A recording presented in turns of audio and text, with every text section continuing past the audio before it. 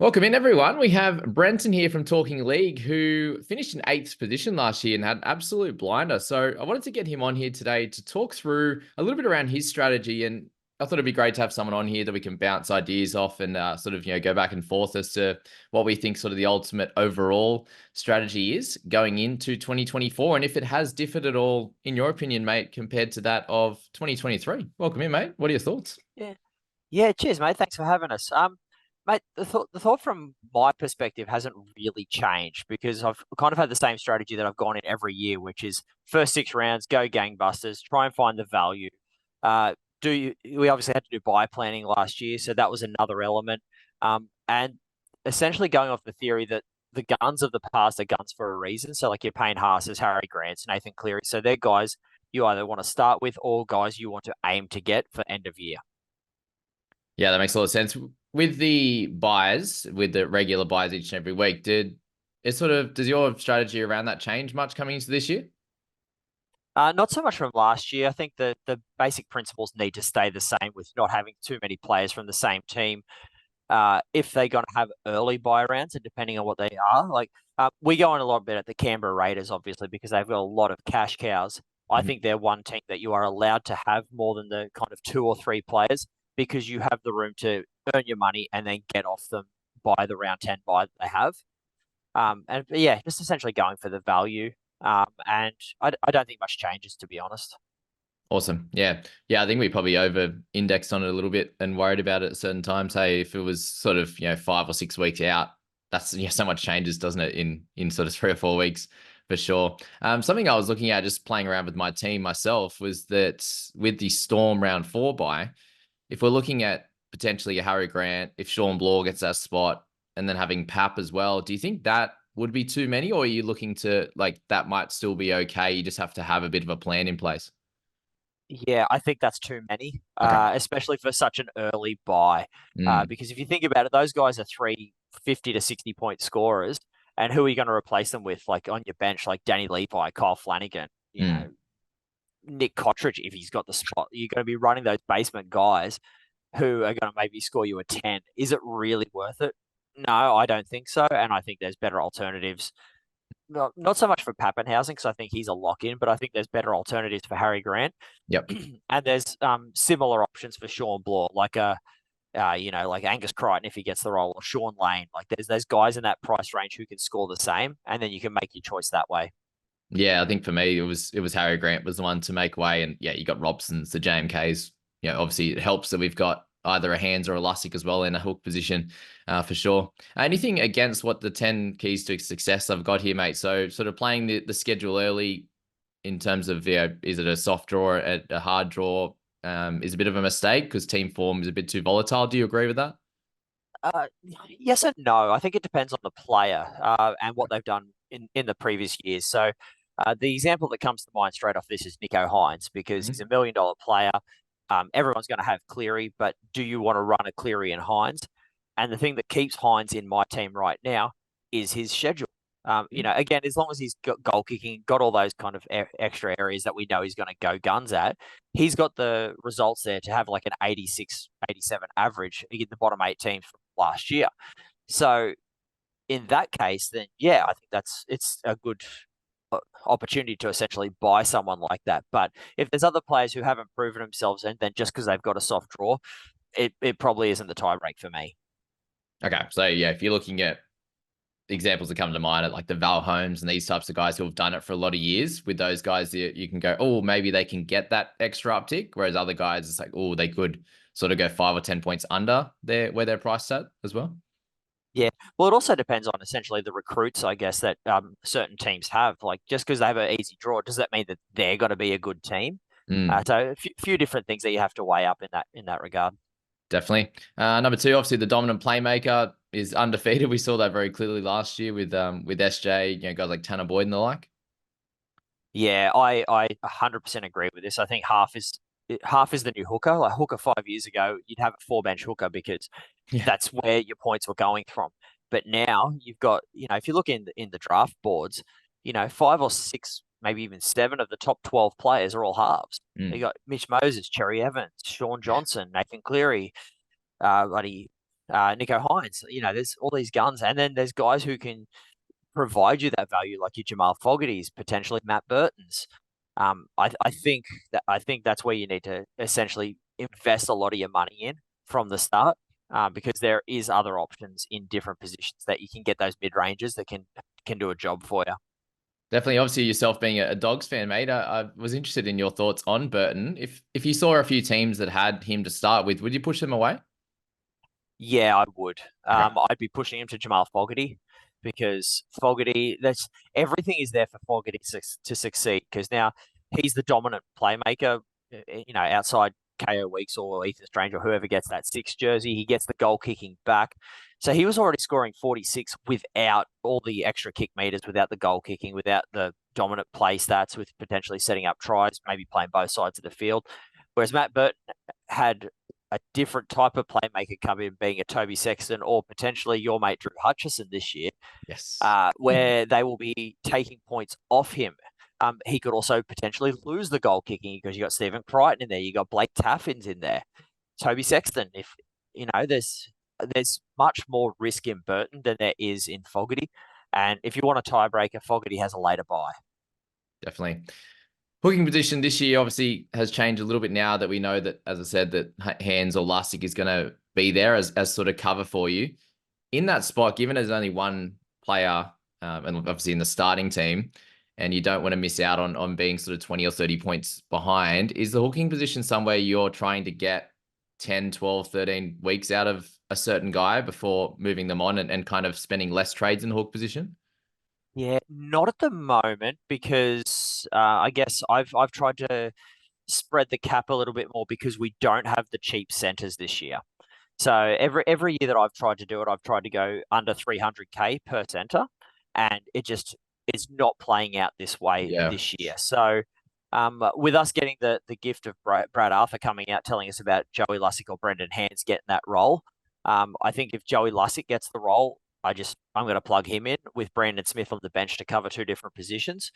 But if you're wanting to go upwards, I think you got to pick and stick a little bit, and I actually think Reece Robson's probably one of the better shouts.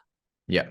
Yeah, definitely a little bit upside at that, if anything. Hey, number 5, obviously be quick to act when a talented youngster gets an opportunity. How many times have you seen that happen across your years playing fantasy, mate, where if they get that chance, they usually take it and they make a lot of money?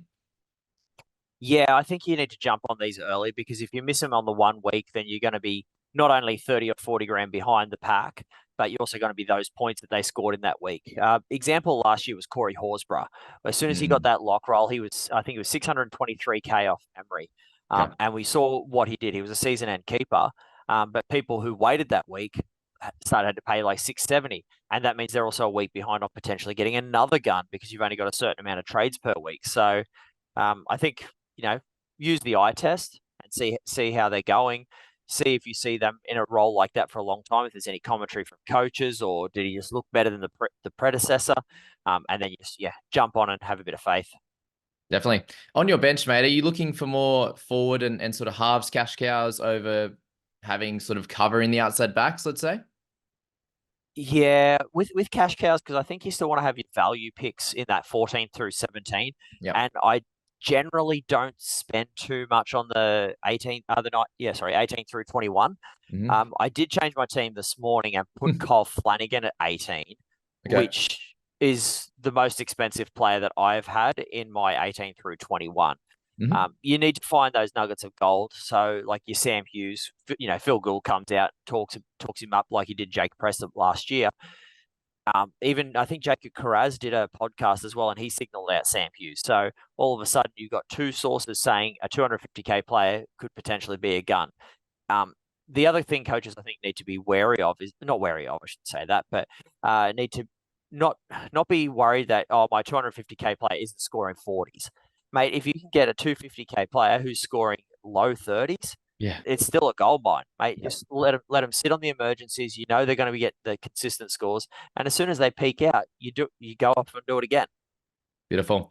Mate, just having a quick look at your side there. How many guys do you have under 300K? Because last year in my starting team, I worked out, I think I had 7. Yeah, 700, 250K it was. So let's just say, yeah, 280 and down if you're looking at like a lever or something. Sort of looking back on my starting team from last year, it would have been 8 at 250K or below that would have been sort of the best starting side. In my current one, I actually have 5 under that mark. Maybe again, just because we don't have the options at present. How many are you looking at the moment? And do you think we'll get a couple extra just naturally? Yeah, I've got 6 at the moment under Okay. 300, but it's pretty well going to be the same ones that everyone has, or Yeah. at least 80%. I think the issue as well last year, there was a lot of guys at 230 to 250 who were Mm. viable options, like Paul Alamotti, Harley Smith Shields in theory was. Yeah. Matt Drury in Loan and theory stuff. was. Yep, exactly right. Jacob Preston, Bryce Cartwright, Khan Pereira, like all these guys Yeah. who Wow. we talked up. But so there was a lot more range for us to pick those 250 to 300K players because we had an idea of what they were. This year, apart from Chevy Stewart, KO Weeks, and maybe Sam Hughes, I don't think there's any slam dunks in those cheapies. Yeah. So if that's the case, and let's just say it ends up being 5 or 6 that end up playing and sort of have a decent role that are going to make some money, does that mean we do have to look into more of the mid-range category? I think so, and I think this year it's the same as last year. We got blessed with a lot of mid-range edges. So there's going to be the likes of Brendan Piakura, who should be 50% owned minimum. Sean Bloor, one of the Roosters edges. Josh Schuster if he makes the spot.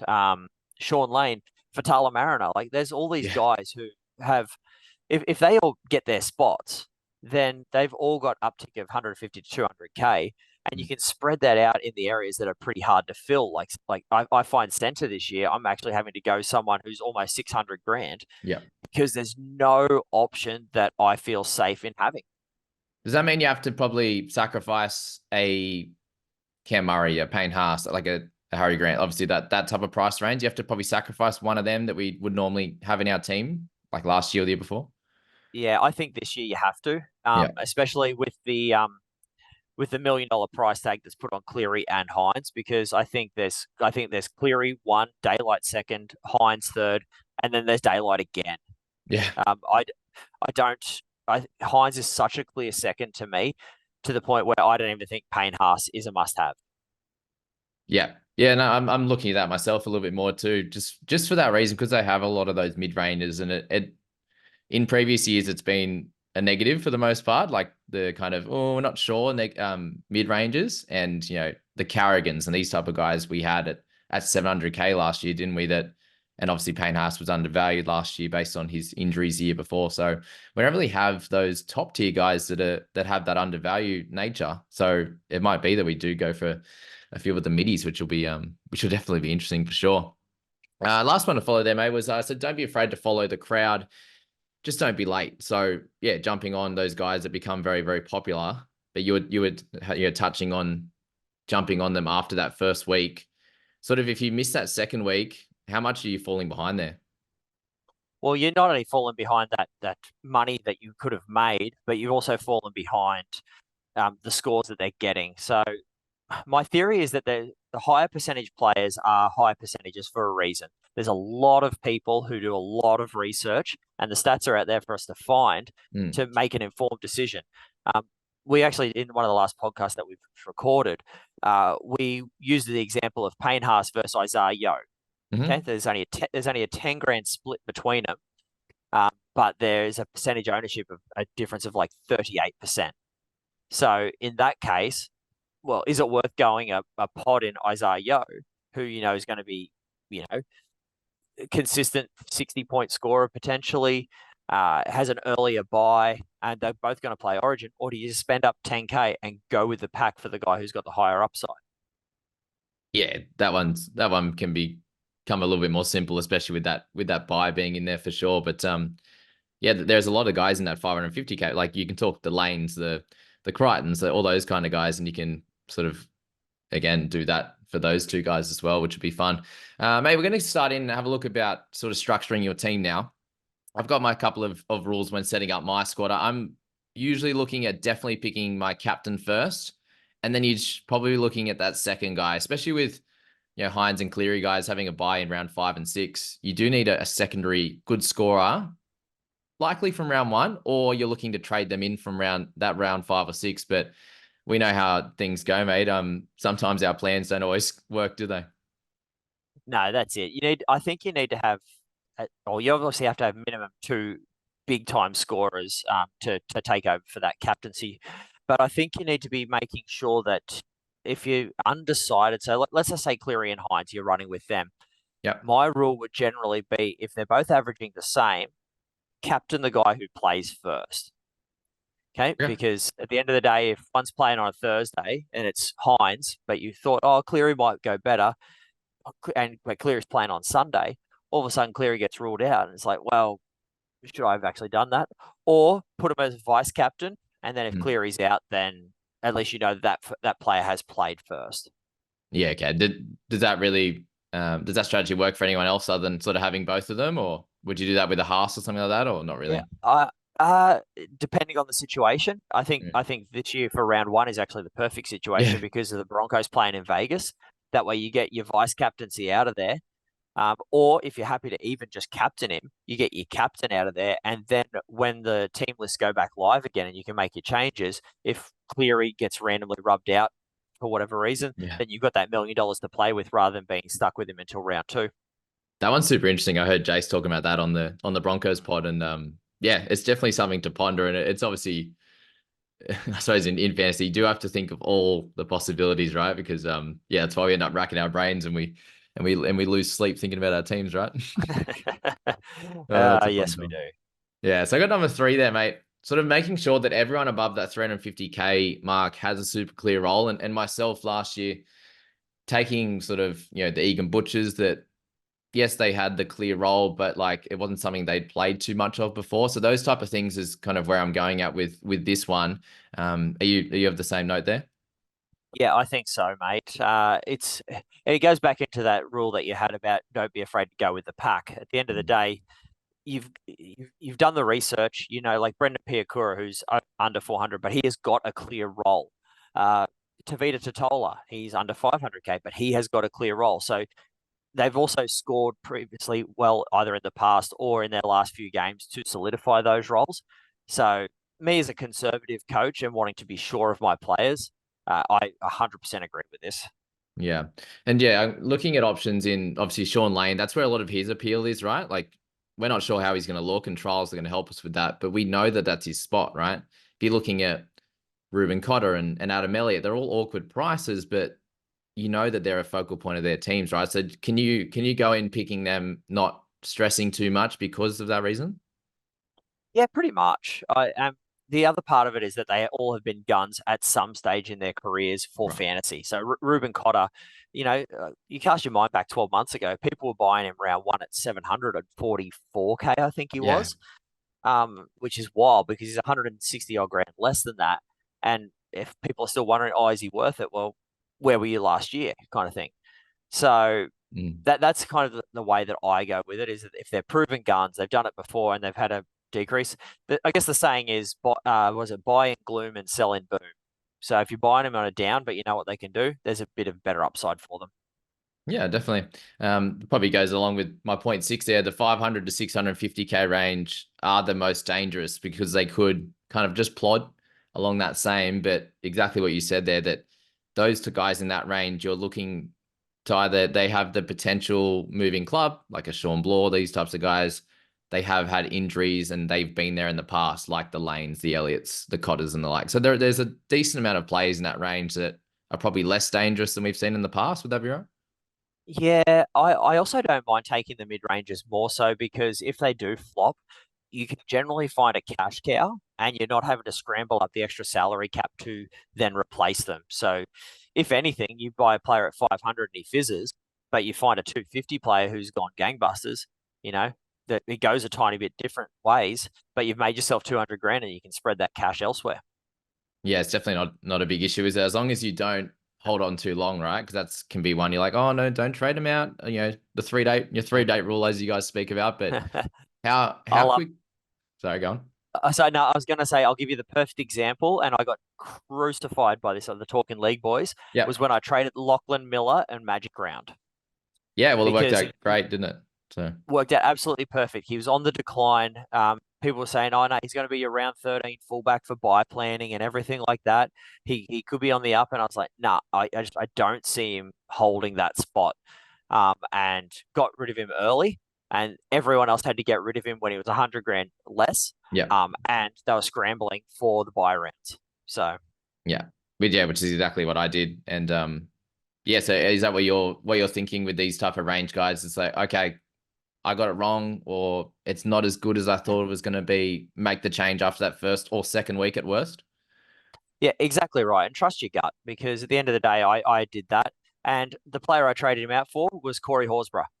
Yeah, which is You know, amazing. I Yeah. spent 100 grand, and all of a sudden Corey Horsburgh's at 800k, and Lachlan Miller's not in the team. Mm. And yeah, trust. Yeah, you're saying trust your gut, trust what you're watching, and I suppose if you're watching them and going, oh, it just doesn't look right.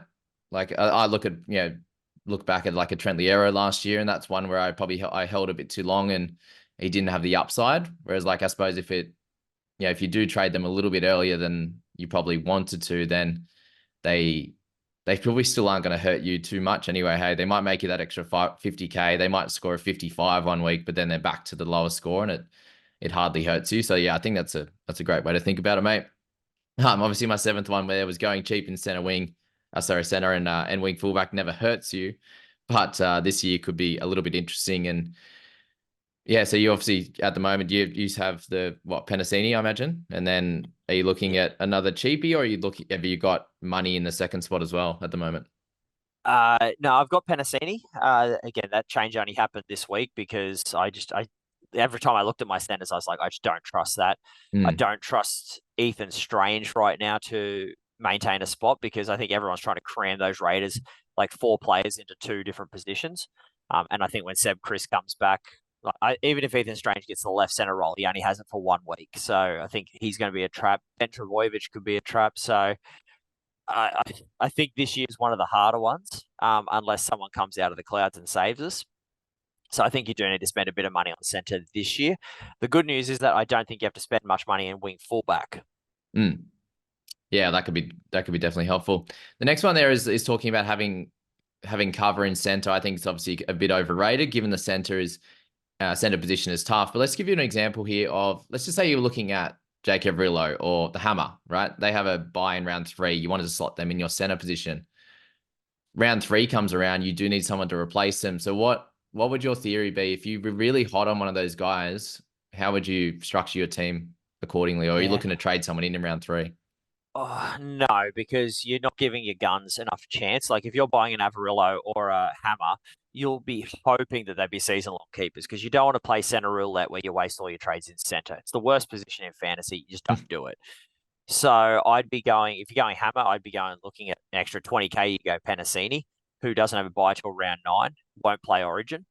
Um, but the other strategy I'd be doing is finding someone who's potentially cheaper, like a 250 to 260k player, if they can get a wing fullback center dual where you only have to plug them in the 1 week. So like your Nick Cottridge's, your Tommy Talau's, if they get the spots, they're not good picks and they're not good fantasy players, but you only need them for that 1 week. And I can't tell you how many times this year that Cottridge got me that extra 20 points that I was never going to have.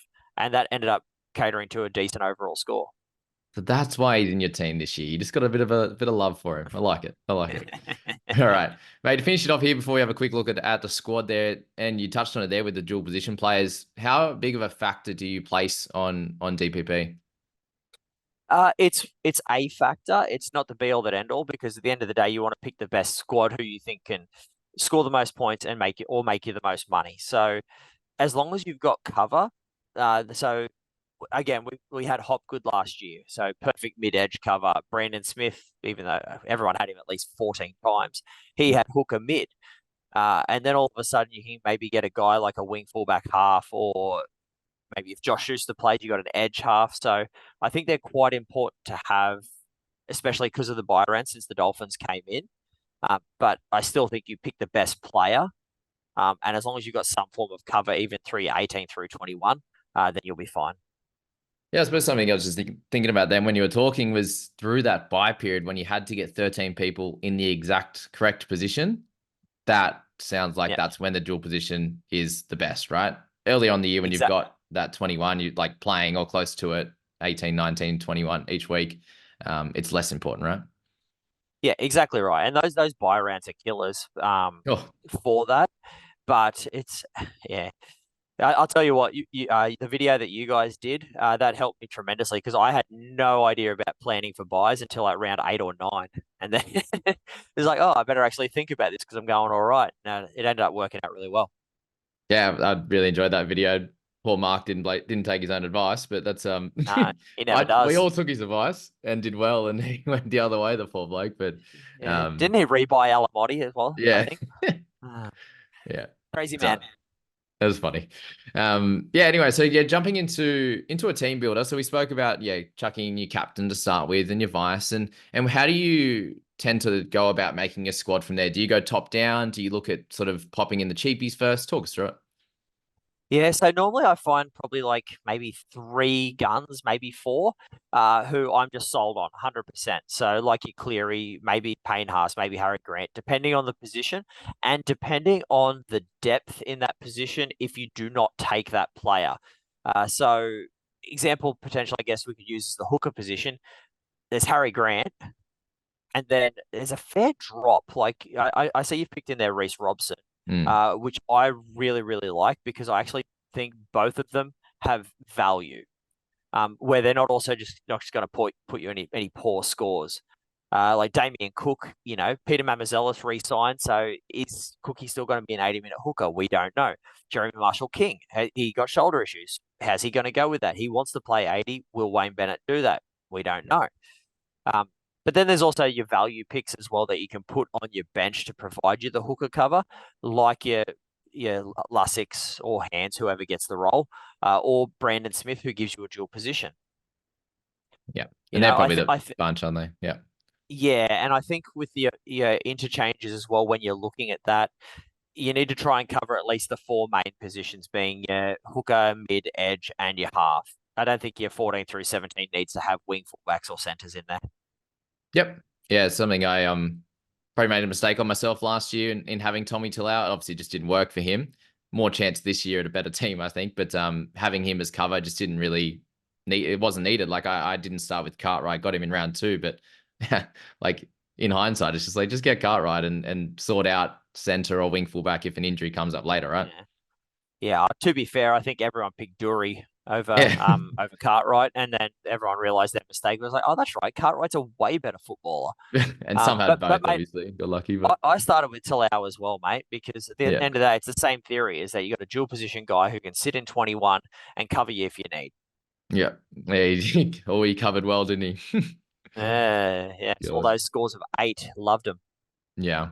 Obviously, we've got plenty of time before round 1, mate. We're getting close as of recording. We're 20 days. We're almost under the 20, which is exciting. So 3 weeks away, which is awesome. So at this stage, we're learning a little bit here and there. The trials will learn some more, but yeah, definitely do look out for another cheapie or two. I think that's going to come. So I think really just the focus at this point, Brenton, and you'll hopefully you agree with me, is just to learn at this point. So there's plenty of podcasts out there. Obviously, myself, the boys are talking league, and the rest there, where the information's all out there.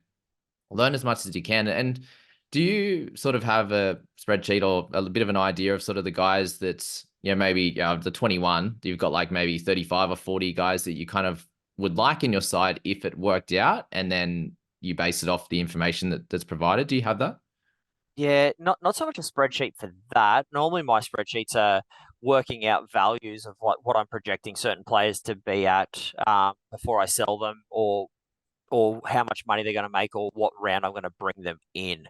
But normally, the adding them to favorites on your actual app or on the desktop, that's always a bit of a good handy point because you might hear something like from one of your videos or something from us at Talking League where it's like, oh, that was a really, really good point that he brought up about, short lane, Reed Hmm. Marnie, someone like that, where, oh, this is where he has potential upside. So you chuck the star on him, and then you can revisit it and say, okay, why was it that I was looking at that player? And then you go back and then you make an informed decision in that. Where do you talk about? Oh, the star appeared? No. Oh, there you Yeah. go. So I've actually yeah. never So yeah. used that.